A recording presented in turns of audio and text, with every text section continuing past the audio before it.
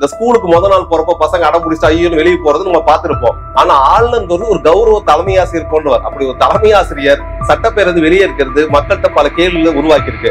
பொதுவா இந்த ஆளுநர் நியமனம் அப்படிங்கிறது நமக்கு பல முறை கேள்விக்கு உட்பட்டிருக்கு. இந்த அதிமுக எதிர்கட்சியா இருக்க என்ன சொல்றாங்கன்னா, அவர் வெளியேறவில்லை, அவர் வெளியேற்றப்பட்டார், அப்படி நிர்பந்தம் கொடுக்கப்படுதுன்னு சொல்றாங்க. புதிதாக வந்திருக்க தமிழக வெற்றி கழகம் விஜய் ஒரு காட்டமா அறிக்கை வெளியிட்டிருக்காரு. அவர் என்ன சொல்லிருக்காருன்னா, தமிழக சட்டப்பேரவையின் மரபை ஆளுநர் பேணி பாதுகாக்க வேண்டும். சபாநாயகர் என்ன சொல்லிட்டாருன்னா, தமிழ்நாடு சட்டப்பேரவை மரபுல அப்படி கிடையாதுன்னு சொல்லி மறுத்துட்டாரு.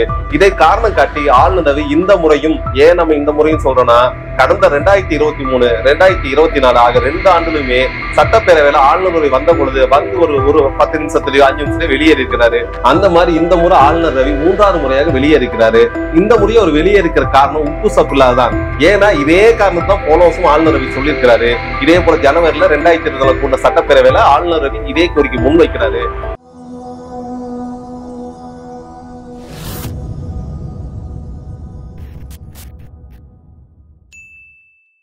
தமிழக சட்டப்பேரவையில் இருந்து 3வது முறையாக வெளியேறியிருக்கிறார் ஆளுநர் RN ரவி. இதுதான் இன்னைக்கு பரபரப்பா போயிட்டு இருக்குது.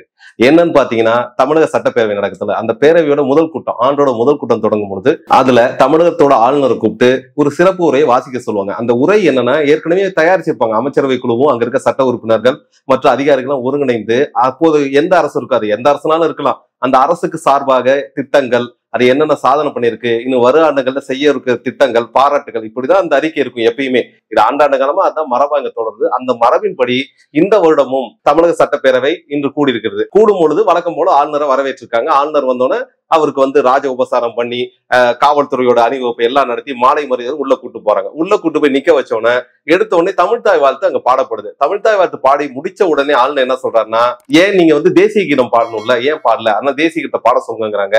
ஆனா தமிழக சட்டப்பேரவை மரபுல அப்படி கிடையாது, அதனால அதை பாடுறதுக்கு வாய்ப்பு இல்லைன்னு மறுத்த உடனடியாக வேக வேகமா வெளியே போயிடுறாரு. ஏன்டா பார்த்தா வெளியே பத்திரிகையாளர் அடிச்சு பிடிக்கிறாங்க, உள்ள என்ன நடந்துச்சு, ஏன் ஆளுநர் வெளியே வந்தாருன்னு. என்ன காரணம்னா, அந்த நேரத்துல நம்ம லைவ் டெலிகாஸ்ட் சட்டப்பேரவை அது சரியா செயல்படாதனால என்ன நினைச்சு யாராலும் உள்வாங்க முடியல. அதன் பிறகுதான் என்ன தெரிய வந்துச்சுன்னா, இந்த மாதிரி தமிழ்தாய் வாழ்த்து பாடினாங்க, அதை மறுத்து இல்ல நீங்க தேசிய கீதத்தை பாடணும், அதுதான் தேசிய கீதத்துக்கு தரக்கூடிய மரியாதை. இந்தியாவில இருக்க அத்தனை சட்டப்பேரவையும் தொடங்கத்துக்கு முன்னாடி தேசிய கீதம் பாடுறாங்க. அதே போல நிகழ்வு முடியும் போதும் தேசிய கீதம் பாடணும். ஆனா தமிழ்நாட்டோட பாடுறது இல்லை. அதனால இந்த முறையாவது தேசிய கீதத்தை நீங்க பாடணும்னு ஆளுநர் கேட்டுக்கொண்டிருக்கிறார். ஆனா ஆளுநருடைய கோரிக்கையை சபையில மறுத்துட்டாரு. ஏன்னா சபாநாயகர் தான் அதுக்கு அதிகாரம் பெற்றவர். சபாநாயகர் என்ன சொல்லிட்டாருன்னா, தமிழ்நாடு சட்டப்பேரவை மரபுல அப்படி கிடையாதுன்னு சொல்லி மறுத்துட்டாரு. இதை காரணம் காட்டி ஆளுநர் இந்த முறையும், ஏன் நம்ம இந்த முறையும் சொல்றோம்னா, கடந்த 2023, 2024 ஆக 2 ஆண்டுகளுமே சட்டப்பேரவையில ஆளுநர் வந்த பொழுது ஒரு 10 நிமிஷத்துலயோ 5 நிமிஷத்துலயோ வெளியேறி இருக்கிறாரு. அதே போல தொடர்ச்சியாக 3வது முறையாக நம்ம சொல்லுவோம்ல ஹேட்ரிக் அடிச்சிட்டான்னு, அந்த மாதிரி இந்த முறை ஆளுநர் ரவி 3வது முறையாக வெளியேறிக்கிறாரு. இந்த முறையை அவர் வெளியேறிக்கிற காரணம் உப்பு சப்பில்லாதான். ஏன்னா இதே காரணத்தான் போன வருஷம் ஆளுநர் ரவி சொல்லியிருக்கிறாரு. இதே போல ஜனவரியில 2020 கூட்ட சட்டப்பேரவையில ஆளுநர் ரவி இதே கோரிக்கை முன்வைக்கிறாரு. அப்பொழுது அது மறுக்கப்படுது. இதே காரணத்தை சொல்றாரு. அதன் பிறகு அவர் கடிதம் மூலமாக சட்டப்பேரவை தலைவராக இருக்க அப்பாவுக்கு கடிதம் எழுதுறாரு. அடுத்த முறையாவது நீங்கள் சட்டப்பேரவையின் முதல் கூட்டத்தொடரில் தேசிய கீதத்தோடு தொடங்க வேண்டும் கடிதம் அனுப்புறாரு. அதுக்கு பிப்ரவரி மாதத்திலேயே அப்பாவு அவர்கள் மறுப்பு தெரிவித்து ஒரு கடிதம் அனுப்புறாரு. என்ன அப்படின்னா, இந்தியாவில இருக்க எல்லா சட்டப்பேரவையும் அப்படி இருக்கலாம், ஆனா தமிழ்நாடு சட்டப்பேரவை 1969 கலைஞர் கருணாநிதி அவர்கள் முதல்வராக இருக்கும் பொழுது ஒரு சிறப்பு தீர்மானம் கொண்டு வந்து சபை மரபுபடி ஆளுநர் உரை தொடங்குவதற்கு முன்பாக தமிழ்தாய் வாழ்த்தும், ஆளுநர் உரை முடிந்த பின்பாக தேசிய கீதம் பாடி முடிக்கப்படும். இதுதான் 1969 தமிழக சட்டப்பேரவை தொடர்ச்சியாக மேற்கொண்டு ஒரு நடவடிக்கை. இது மரபுபடி இதான் சரியா இருக்கனால உடனடியாக அதை மாற்ற முடியாது அப்படின்னு அதுக்கு பதிலும் கொடுத்துறாரு. இதெல்லாம் எப்ப நடக்குது? 2024 பிப்ரவரியில. ஆனால் மீண்டும் ஆளுநர் அவர்கள் 2025 அதே கோரிக்கையை வச்சு வெளியே போயிருக்கிறது. இந்த கண்ணாமூச்சி ஆட்ட மாதிரி சொல்லுவாங்க, இந்த ஸ்கூலுக்கு முதல் நாள் போறப்ப பசங்க அடம் பிடிச்சிட்டு ஐயோ வெளியே போறது நம்ம பார்த்திருப்போம். ஆனா ஆளுநர் ஒரு கௌரவ தலைமை ஆசிரியர் போன்றவர். அப்படி ஒரு தலைமை ஆசிரியர் சட்டப்பேரவை வெளியே இருக்கிறது மக்கள்கிட்ட பல கேள்விகளை உருவாக்கி இருக்கு. பொதுவா இந்த ஆளுநர் நியமனம் அப்படிங்கிறது நமக்கு பல முறை கேள்விக்கு உட்பட்டிருக்கு. தமிழ்நாட்டுக்கு RN ரவி அவர்கள் ஆளுநர் வந்ததுல இருந்து இந்த அரசுக்கும் அவருக்கும் மிக கடுமையான வாக்குவாதம், கடுமையான வாய்ச்சண்டை, கடுமையான அலுவல் ரீதியான நடவடிக்கை எல்லாம் பயங்கர மோசமா போயிட்டு இருக்கு. ஏன்னு பார்த்தா ஆளுநர் அவர்கள் மாநில தன்னாட்சியை மறுக்கிறார், மாநிலத்துக்கு சுயாட்சியை மறுக்கிறார், மாநில சட்டப்பேரவை அதாவது அமைச்சரவை இருக்கிற முடிவுகளுக்கு ஆளுநர் கட்டுப்பட மறுக்கிறார்னு உச்சநீதிமன்றம் வரைக்கும் போய் தமிழ்நாடு அரசு வழக்கு தொடர்ந்த 3 வழக்குலையுமே உச்சநீதிமன்றம் என்ன சொல்றதுன்னா, ஆளுநர் அவர்கள் இந்திய அரசியலமைப்பு சாசனம் என்ன சொல்லி இருக்கிறதோ அதை மட்டும் செஞ்சா போதும், அவர் தன்னுடைய தனிப்பட்ட கருத்துக்களை தெரிவிக்க எந்த உரிமையும் கிடையாது, சட்டப்பேரவை அதாவது அமைச்சரவைகளை தமிழக அமைச்சரவை குழு என்ன சொல்லுதோ அந்த முடிவுகளை வழிநடத்துவதுதான் ஆளுநருடைய வேலை தவிர அதை இப்படி மாத்துங்க சஜஸ்ட் பண்ணலாம். அதை தீர்மானிக்கிற இடத்துல ஆளுநர் கிடையாது. ஆளுநர் என்பவர் வழிநடத்துபவர், வழிகாட்டுவர் அல்லன்னு தெளிவாக தீர்ப்பு கொடுத்திருக்காங்க. இது எப்ப நடக்குன்னா, ஏற்கனவே பாத்தீங்கன்னா அமைச்சர் பொன்முடி அவர்கள் ஒரு குற்ற வழக்கு சாட்டப்படுது, ஊழல் குற்ற வழக்கு. அதுல அந்த தீர்ப்பு நிறுத்தி வைக்கப்பட்டு அவர் விடுவிக்கிறாங்க. உடனடியாக அவர் அமைச்சராகணும்னா இல்ல அப்படி அமைச்சராக முடியாதுன்னு மறுக்கிறாரு. ஏன்னா அது சட்டப்பேரவை குழு பரிந்துரைக்கிறது, செஞ்சுதான் ஆகணும். முதல்வர் பரிந்துரை நிறைவேற்றுவதுதான் ஆளுநர் உரிமை. ஆனா ஆளுநர் மறுக்கிறாரு. அதுக்கு பெரிய விவாதம் நடக்குது, உச்சநீதிமன்றம் போறாங்க. இப்படி பல்வேறு விஷயங்களில் ஆளுநர் அவர்களுக்கும் சட்டப்பேரவைக்கும் முரண்பாடு, இந்த அரசுக்கும் முரண்பாடு போயிட்டே இருக்கு. அதன்படி பாத்தீங்கன்னா இந்த ஆளுநர்ங்கிற பதவிதான் இந்திய அரசியலமைப்பு சட்டத்துல இந்த அரசுங்கிறது மக்களாட்சி முறை. இந்த மக்களாட்சி முறையில அனைத்து உறுப்பினர்களும் மக்களால் தேர்ந்தெடுக்கப்படுவார்கள். இங்க இருக்க உங்களுக்கு தெரியும், வார்டு மெம்பரு, கவுன்சிலரு, எம்எல்ஏ இவங்க எல்லாம் ஓட்டு போட்டு தேர்ந்தெடுத்தா அவங்கதான் மேயர் ஆகலாம், இல்ல அவங்கதான் அமைச்சர் ஆகலாம் சட்டப்பேரவையில் இருக்கவங்க.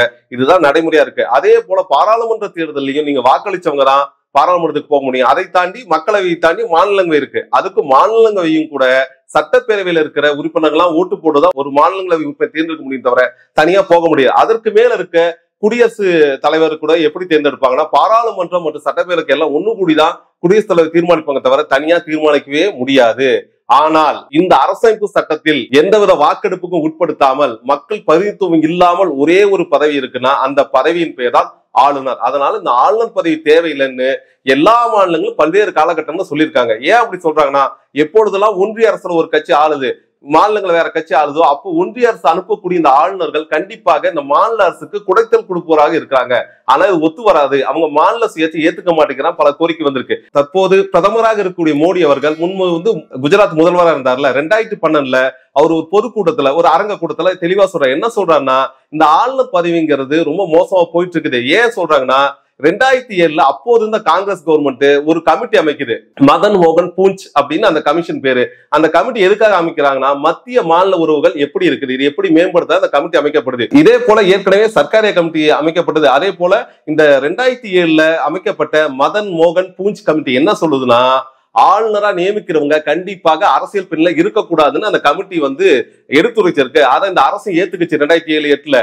ஆனால் தற்போது 2012 இது 2012 அப்போதைய குஜராத் முதல்வர் மோடி பேசுறது, இப்ப பிரதமர் இருக்காருல்ல அதே மோடி சொல்றாரு.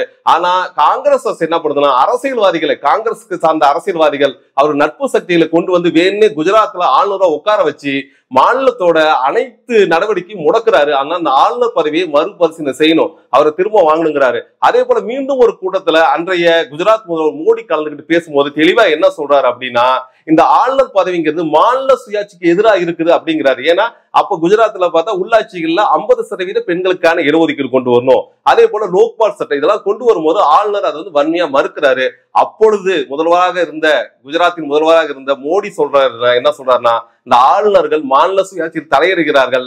ஆனா ஆளுநரை காங்கிரஸ் அரசு, அப்போது ஆண்டு கொண்டிருந்த ஒன்றிய காங்கிரஸ் அரசு திரும்ப பெற வேண்டும்.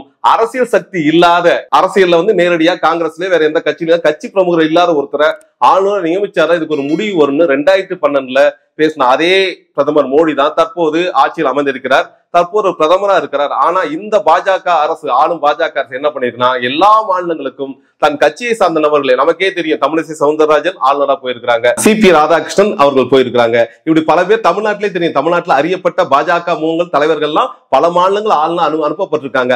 அப்படி பல பேர் பல மாநிலங்கள் அனுப்பப்பட்டாங்க. அதே போல இந்த RN ரவி அவர்களும் IPSல இருந்தாலும் இவருடைய கடைசி காலகட்டங்களில் இவருடைய பதவி நீடிப்புன்னு பல்வேறு வகையில இவர் பாஜகவுக்கு ஒத்துழைப்பா இருந்திருக்காரு.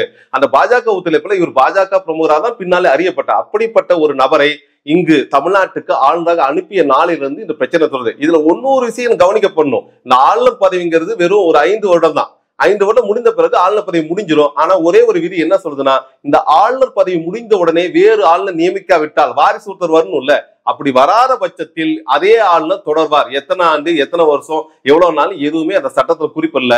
அதை வைத்துதான், ஏன்னா ஆகஸ்ட் மாத இறுதியிலேயே தற்போதைய ஆளுநர் RN ரவியோட பதவி காலம் முடிந்து விட்டது. 5 ஆண்டு முடிந்து விட்டது. அவருடைய பதவி நீட்டிப்பு செய்யப்படவில்லை.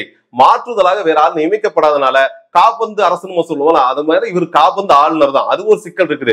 இன்னும் கூடுதலா சட்டப்பேரவையில உரையாற்றாருன்னு வச்சுக்கோங்களேன். சட்டப்பேரவையில ஆளுநர் உரையாற்றுவதற்கு அரசியலமைப்பு சட்டம் 176(1) அப்படிங்கிற விதி தான் அதை வலியுறுத்துது. அதை என்ன சொல்றதுன்னா, ஒவ்வொரு முறை அந்த ஆண்டின் புதிதாக சட்டப்பேரவை கூடும் பொழுது ஆளுநருடைய உரை அவசியம். அந்த ஆளுநர் உரை என்பது மாநில அரசால் தயாரிக்கப்பட்டதாக இருக்கும். இதுதான் அந்த மாநில அரசு தயாரிச்ச அறிக்கையில சில திருத்தங்கள், சில மாற்றங்களை ஆளுநர் வலியுறுத்தலாம் தவிர கண்டிப்பா செய்ய வேண்டிய நிர்பந்தம் மாநில அரசுக்கு கிடையாது.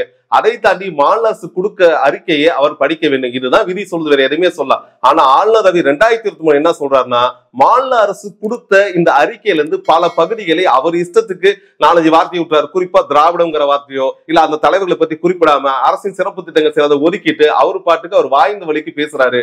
அவர் பேசி முடிச்ச உடனே சட்டப்பேரவை சபாநாயகர் என்ன சொல்றாருன்னா, ஆளுநர் அவர்கள் அவை மரபை மீறி, சட்டத்தை மீறி எழுதப்படாத வாக்கியங்கள்லாம் பேசியிருக்காரு. எழுதின வாக்கியத்தை பாதி இருட்டடிப்பு செய்து விட்டார். ஆகவே அதுக்கு ஒரு சிறப்பு விதி இருக்கு. அவையில 17 கீழ் இருக்குது. அந்த 17 சிறப்பு விதியின்படி அச்சடிக்கப்பட்டு கொடுக்கப்படுது ஆளுநர் உரைன்னு. அந்த உரையில இருக்கிறதா அவை குறிப்பா ஏற்றுக்கப்படும், மீதி எல்லாம் களையப்படும் சொன்னாங்க. ஒட்டுமொத்த சட்டப்பேரவை ஒத்துக்கிட்டு அதை மட்டும் எடுத்துட்டாங்க. அதே போலதான் 2024 நடந்துச்சு. அதே போல இப்ப 2025 கூட ஆளுநர் உள்ள போறாரு.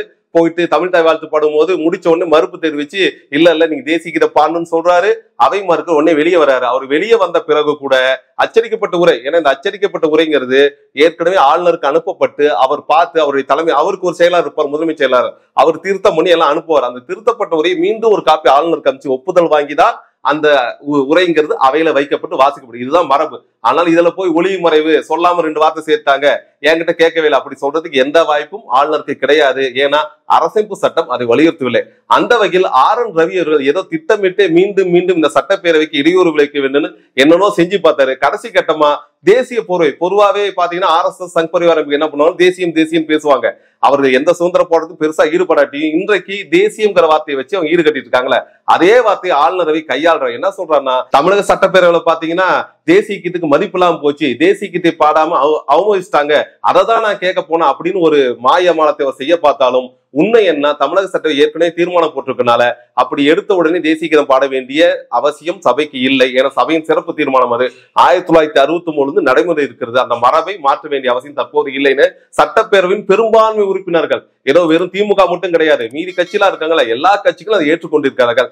இருந்த போதும் வெளியில பார்த்தா இதை பத்தி மாற்று கருத்து அதிமுக எதிர்கட்சியா இருக்க என்ன சொல்றாங்கன்னா, அவர் வெளியேறவில்லை, அவர் வெளியேற்றப்பட்டார், அப்படி நிர்பந்தம் கொடுக்கப்படுதுன்னு சொல்றாங்க. தமிழ்தாய் வாழ்த்தை பத்தி பேசும்பொழுது எடப்பாடி பழனிசாமி அவர்கள் வாய் திறக்க மறுத்து விட்டார், மௌனம் சாதிக்கிறார். அதே போல தாவேக புதிதாக வந்திருக்க தமிழக வெற்றி கழகம் விஜய் ஒரு காட்டமா அறிக்கை வெளியிட்டிருக்காரு. அவர் என்ன சொல்லியிருக்காருன்னா, தமிழக சட்டப்பேரவையின் மரபை ஆளுநர் பேணி பாதுகாக்க வேண்டும். ஏன்னா கிட்டத்தட்ட இது பொன்விழா கண்ட சட்டப்பேரவை. இந்த சட்டப்பேரவையின் மரபுபடி தமிழ்தாய் வாழ்த்துங்கிறது இங்கு பல காலமாக பாடப்பட்டு கொண்டிருக்கிறது முதலாக. அதனால முதன்மை கொடுத்திருக்க தமிழ்தாய் வாழ்த்தை இழிவுபடுத்தும் விதமாக ஆளுநர் செயல்படுகிறார்னு காட்டமா அறிக்கை வெளியிட்டிருக்காரு. இதே போல பல மாற்று அரசியல் கட்சிகள், காங்கிரஸ் கட்சி என்ன சொல்லிருக்குன்னா, அவர் மேல் நடவடிக்கை எடுக்கணும், ஏன்னா ஆளுநர் சபை உறவை மீறி இருக்காருங்க. அதே மாதிரி திமுக அமைச்சர் சிவசங்கரன் தெளிவா என்ன சொல்லியிருக்காருன்னா, ஆளுநர்கள் அவை மரபை மீண்டும் மீறுகிறார், இந்த அவைக்கு குந்தகம் விளைவிக்கிறார். அதனால் ஆளுநர் மீது நாங்கள் கண்டன தீர்மானம் கொண்டு வருவோம், அதற்கு சபை விதியில இருக்குது. ஏன்னா கடந்த வருடம் கூட என்னாச்சுன்னா, அவர் ஓரளவுக்கு பேசுறாரு, அந்த பேச்சு கொஞ்சம் சிரமமானோன்னு அவரு தேசிய கீதம் பாடிட்டு இருக்கப்ப எஞ்சி வெளியே போறாரு. ஏன்னா தேசிய கீதம் பாடும் பொழுது ஆளுநர் அப்படி வெளியேறக்கூடாது. ஆளுநர் மட்டும் இல்ல, எந்த உறுப்பினரும் வெளியேறக்கூடாது. அப்படி வெளியேறுவது என்பது சட்ட விரோதம், தேசிய கீதத்தை அவமதிக்கும் செயல். இது 2024 நடந்து அப்போது நடவடிக்கை எடுக்க தமிழக சட்டப்பேரவை தயாராக இல்லை. ஆனால் தற்பொழுது தமிழ்தாய் வாழ்த்து பாடி முடிந்த உடனே அவர் பாட்டுக்கு 2 கருத்து சுட்டு வெளியே போறாரு. இது தொடர்ச்சியாக அவையின் நடவடிக்கை குந்தகம் விளைவிக்கும் செயல். அதனால ஆளுநர் மீது ஒழுங்கு நடவடிக்கை, கண்டன தீர்மானம் கொண்டு வருவோம்னு திமுக தரப்பு சொல்லியிருக்காங்க. அதே போல திமுக என்ன சொல்லியிருக்காங்கன்னா, 7/1/2025 அன்னைக்கு செவ்வாய்க்கிழமை ஆளுநரை கண்டித்து ஆளுநர் ரவியை தமிழ்நாட்டை விட்டு வெளியேறு, தமிழ்நாட்டின் மரபுகள், தமிழ்நாட்டின் பண்பாடு, தமிழ் மொழி, தமிழ்தாய் வாழ்த்து இப்படி அனைத்துக்கும் இவர் எதிராக இருக்கிறாரு. தமிழர் பண்பாட்டுக்கு நம்ம ஒரு திருவிழா வச்சா அவர் காவி சாயம் பூசுற, இப்படி பல்வேறு வகையில ஆளுநர் ஒரு விருப்பப்பட்டு செய்யறாரு. ஏன்னா இதுக்கு முன்னாடி எப்படின்னு பாத்தீங்கன்னா, பிரச்சார் பாரதிங்கிற ஒரு மத்திய அரசு நிறுவனத்துடைய விழா நடைபெறுது. அந்த விழாவில எடுத்தோன்னு தமிழ்தாய் வாழ்த்து பாடுறாங்க. அந்த தமிழ்தாய் வாழ்த்துல திராவிட திரு நல்நாடுங்கிற வார்த்தை விடப்பட்டு விட்டது. ஆளுநர் இந்த மேடையில இருக்கிறார், அப்பதான் அது நடக்குது. ஆனா அதன் பிறகு என்ன சொல்றாருன்னா, ஆளுநர் ஐயோ அதை கவனிக்கலங்கிறாரு. அந்த பிரச்சார் பாரதி அந்த நிகழ்ச்சி சென்னையில் நடக்குது, சென்னை ஆளுநர் மாளிகையில் நடக்குது. அவங்க என்ன சொல்றாங்க, நாங்க அதை கவனிக்காம விட்டோம், இது ஆளுநர் சம்மந்தம் இல்லைங்கிறாங்க. அடுத்து நடந்த ஒரு விழாவில பாத்தீங்கன்னா, வேணுனே திருவள்ளுவருக்கு காவி நிற உடை கொடுத்து அவர் நெற்றியில திருநீர் அடித்து கழுத்துல ருத்ராட்சம் போட்டு ஒரு படத்தை வைக்கிறாங்க. ஆனா தமிழ்நாடு அரசு ஒப்புக்கொண்ட திருவள்ளுவர் படத்தில் அப்படி எதுவும் இல்லை. அரசு ஒப்புக்கொண்ட திருவள்ளுவர் சின்னத்தை வைத்துதான் அரசின் தலைமையாக ஆளுநர் செயல்பட முடியும் தவிர, ஆளுநர் அவர் விருப்பத்துக்கு ஒரு விழாவை அவர் தனியா நடத்திக்கலாம், அரசு விழாவை நடத்த முடியாது. அப்போதும் கண்டனம். இப்படி தொடர்ச்சியாக ஆளுநர் அவர்கள் தமிழ் மொழி பண்பாட்டு கலாச்சாரம் குறிப்பா திராவிடங்கிற இந்த சொல்ல மறுத்துக்கிட்டே வராரு. அதனால ஆளுநர் ரவியை தமிழ்நாட்டை விட்டு வெளியேறுன்ட்டு மக்கள்கிட்ட இருந்து கோரிக்கை வெளிவந்திருக்கு. இனி வருங்காலங்கள்ல ஆளுநர் ரவி இங்க தொடர்வாரா இல்லையான்னு பார்க்கலாம்.